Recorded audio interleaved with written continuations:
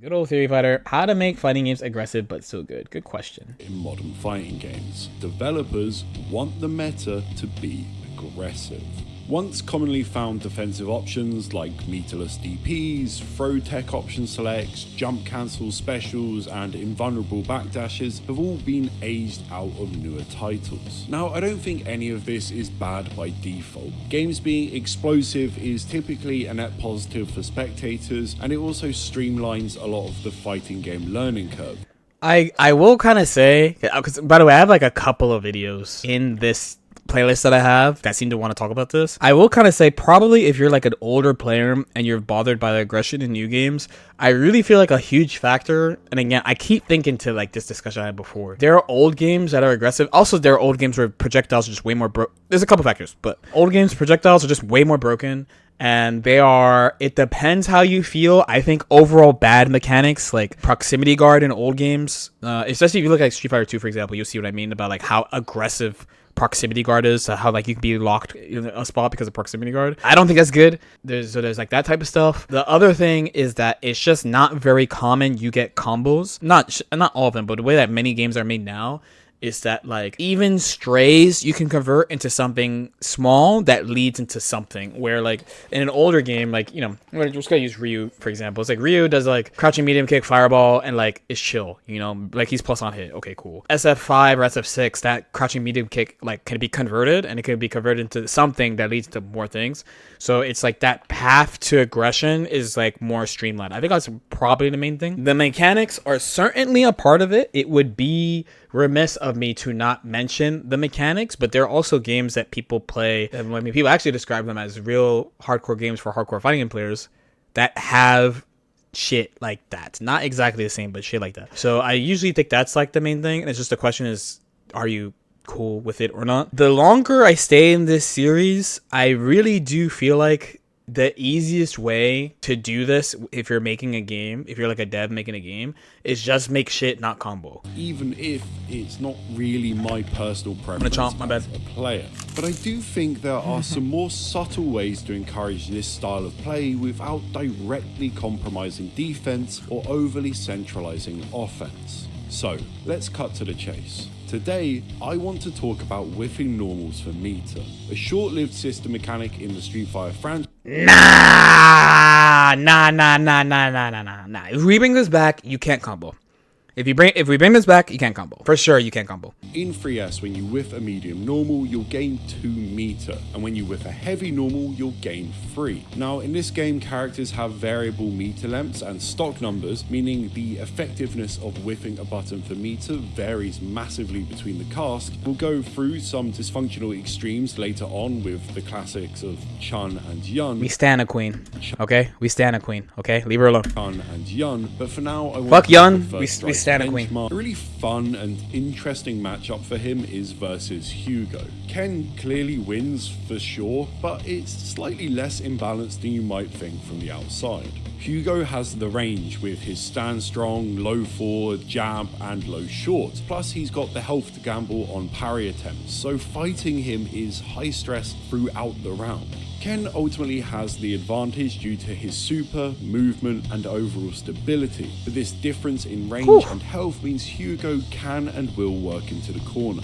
Fortunately, that's not an issue if Ken has meter. Even with just one single stock of EX, Ken can threaten his jumping EX tag. It's like half a bar? An insane escape tool that's incredibly difficult to block, let alone punish as Hugo due to his gigantic hurt box. So your game plan as Ken is you basically give up pixels to Hugo, slowly backing away, putting out long buttons like stand roundhouse or low forward so he can't just rush in. But also you want to pepper in whiffed strongs here and there to build extra meter. Then when Hugo finally gets your back against the wall, if you played correctly, dude. Then when Hugo finally gets your back against Dude, hello? Hugo finally gets your back against the bro. wall if you correctly, Bro, he was blocking. What the fuck? just take up space that he gives you due to the threat of the helicopter kick. What this meter system does is it allows you to scale your risk reward in a close range situation. As Ken, I'm fighting a character that hurts if they make a read, but I have this safe option of whiffing a quick normal for meter. It might not pay off now, but I'm investing in Combo, the future double of the DP now. matchup. It's another layer of complexity that's fun to engage with because it makes the win condition just a little more great. This okay, so it's interesting. I actually don't know all the fighting games that Theory Fighter plays, but basically any game where you can build meter without actually making contact with people, this is a factor, right?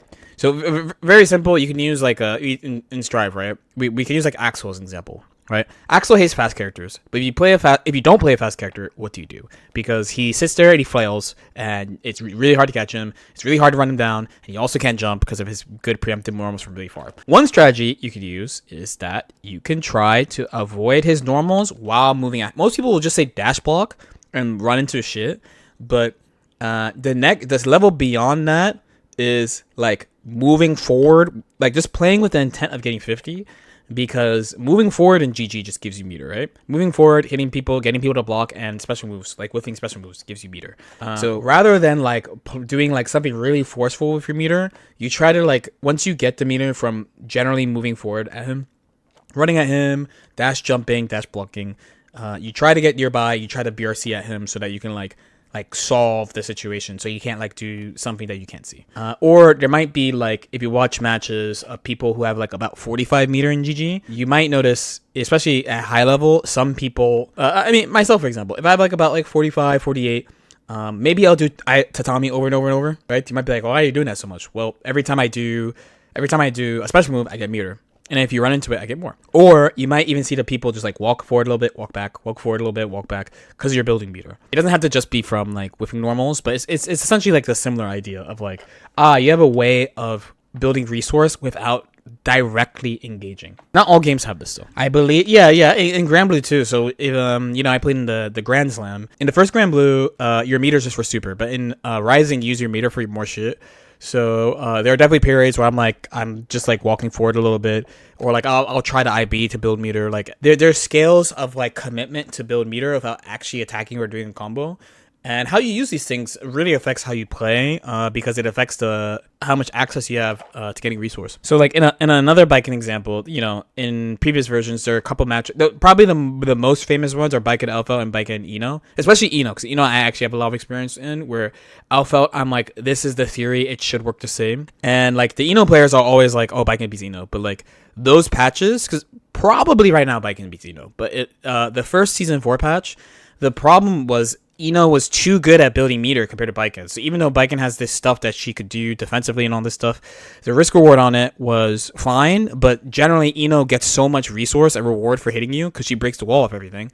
That and I told our local Eno to do this, and once I told him to do it, and he actually listened because he was like, "You don't get it." Once he actually listened to me, I was losing to him, and I was like, "Fuck, I gotta figure out what to do because I can't fucking deal with this." Because she breaks the wall of everything, and then in the previous version, not now. And then she has positive, and then once she has positive, she could just basically flail because you're refunding yourself meter all the time, and you just try to stay meter positive because you could build so much resource that you could do a lot more stuff than normal, take a lot more risk than normal, fly at them aggressively. You could do all this shit aggressively, and that also goes into mix-ups, so it was very good. That's why I thought it was losing in the past. Also, look at Ken's face here. If I'm fighting Chun, however, that dynamic changes. Her back fierce is rapid and it builds 3 points of meter. I can't let her do that without paying a price. Ken's super is strong, don't get me wrong, but Chun's melts you. If she has 2 bars, the likelihood of her winning basically any matchup is incredibly high. I am forced to be aggressive but smart. Running at her doesn't give me some innate advantage, but running away does give me a disadvantage, and that's what keeps the matchup hype and aggressive. It's sick because it shows you can make a game more aggressive by literally buffing defense, and that way everyone wins, spectator and player.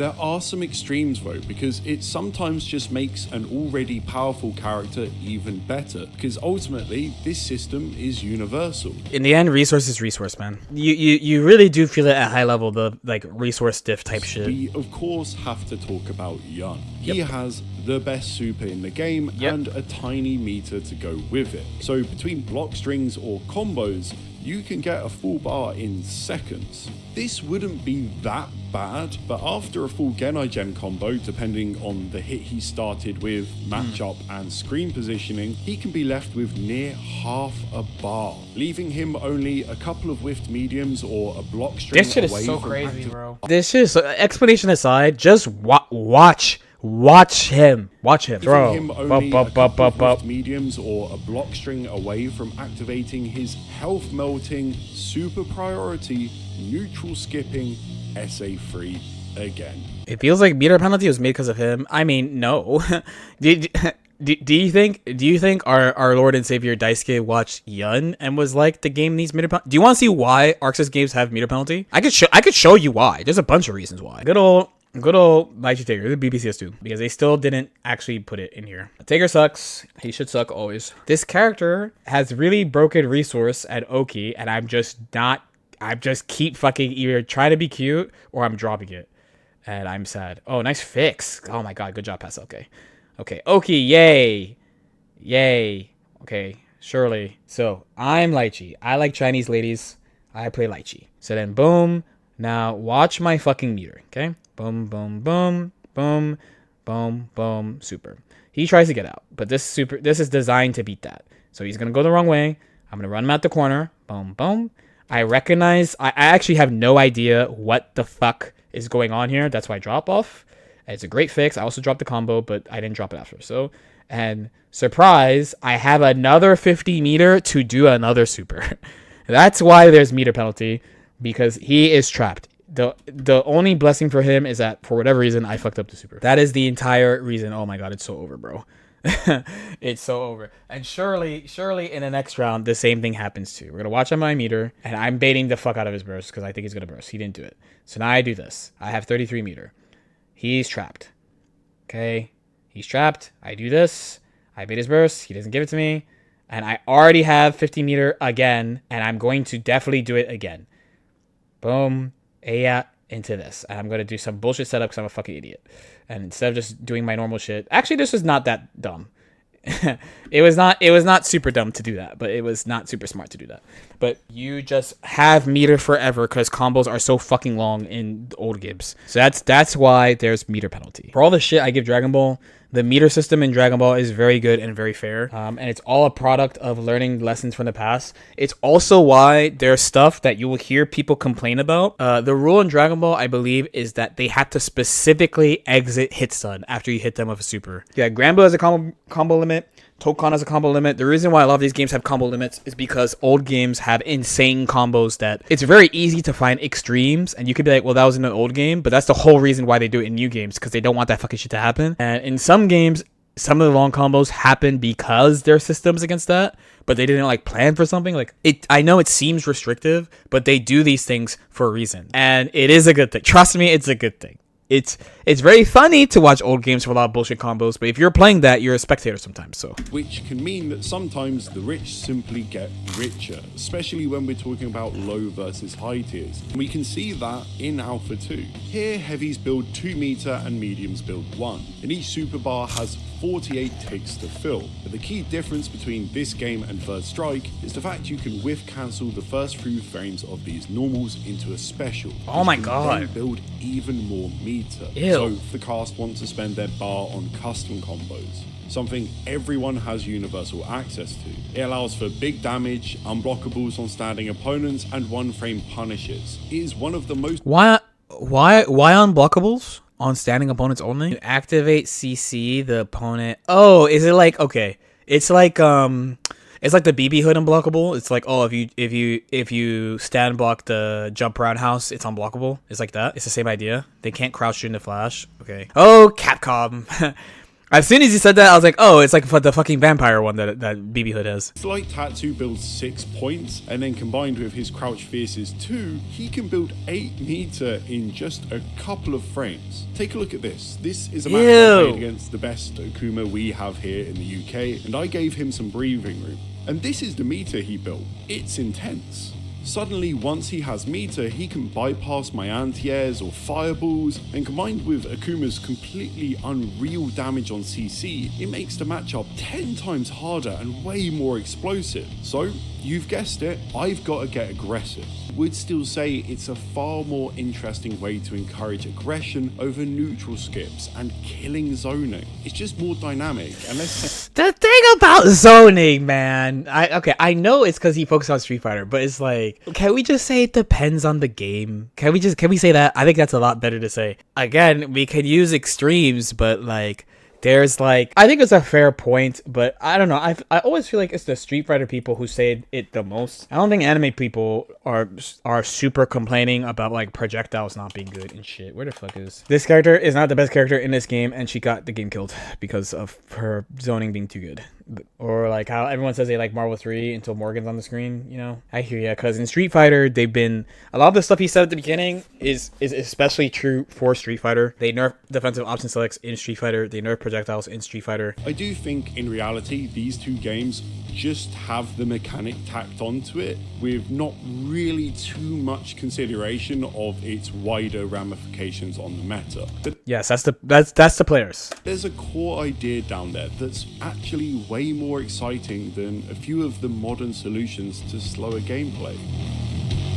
Mixed feelings. I actually really don't like the idea of whiffing normals to get meter, but it's also it's a big portion of it is just because of the games I've played. So I'm just like, man, you're really telling me that I can like whiff Milia's massive jump H and rev and build meter? Like, I don't think anyone wants that. But I do think there's definitely a discussion of like being able to passively gain resource in some way, because whiffing normal is not the only way to do it. GG has that aspect, right? So sometimes we talk about characters like, because GG has two really important passive meter building things. So you have a character like Dizzy. People said Dizzy is bad for a long time. One thing that Dizzy is really fucking good at, even when people say Dizzy is bad, even when people say this character is bad, one of the things she's been best at for a really long time is building meter, for a couple of reasons. One, she does a lot of special moves. So when you do special moves, on whether or not it hits, blocked, or on whiff, you build meter, right? No matter what. So you watched my biking games earlier.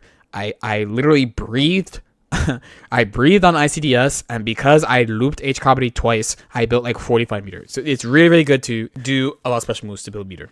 She also has stuff that she can run behind, and a lot of her best sequences involve sliding towards you on the ice, which involves moving forward, and moving forward in GG builds meter. Building meter from doing special moves really benefits zoners. This is why I was like, oh, the video is very Street Fighter coded. So for example, there's a character I really love and I think is so cool and interesting. There's this fella, and basically where he ended up at before his current version is that he has like 3 main special moves, right? He has this to cast spells, this to draw cards, and he has this to recover mana. So all of these are special moves, so these all build meter. So one thing that was really hard about fighting Asuka, previous version Asuka, can't speak for this version because I haven't played against him very much, is that he just builds a shit ton of meter just from doing special moves. Or another character that has been considered weak for a long time, Venom.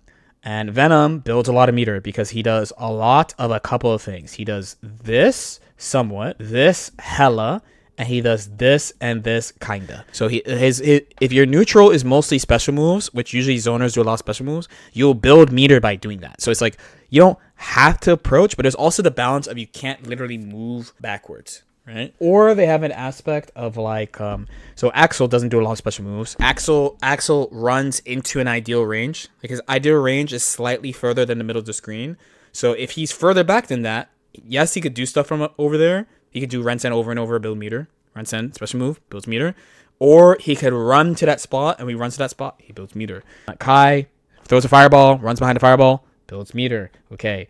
Bedman fires a fireball. Okay, he's got the error. You jump because you're trying to get away from it. He runs at you, builds meter, right? Paying attention, just like he said in his video, paying attention to how your opponent can passively build meter is a pretty important part of the game too, because that's how they get access to like their bullshit, either like a bullshit super, bigger combos, dumb mix-ups, like neutral skips, all that shit. I do think, even though it's about the Capcom way, building meter passively is a good way to encourage the opponent to approach. Many strategies against zoners in this game, Strive, is legitimately just running at them, not just because it stops them from being able to set up easily, but you're constantly building meter by running at them too, right? So you could stay like, if Venom is doing like stinger, da da da da, if you just sit there and take it, you're only getting meter from blocking it, so he's going to out-resource you. If you keep running at him, though, and running and jumping forward and shit, you're going to kind of keep up in meter, plus also threaten, oh, you didn't know where I was going to go, I hit you.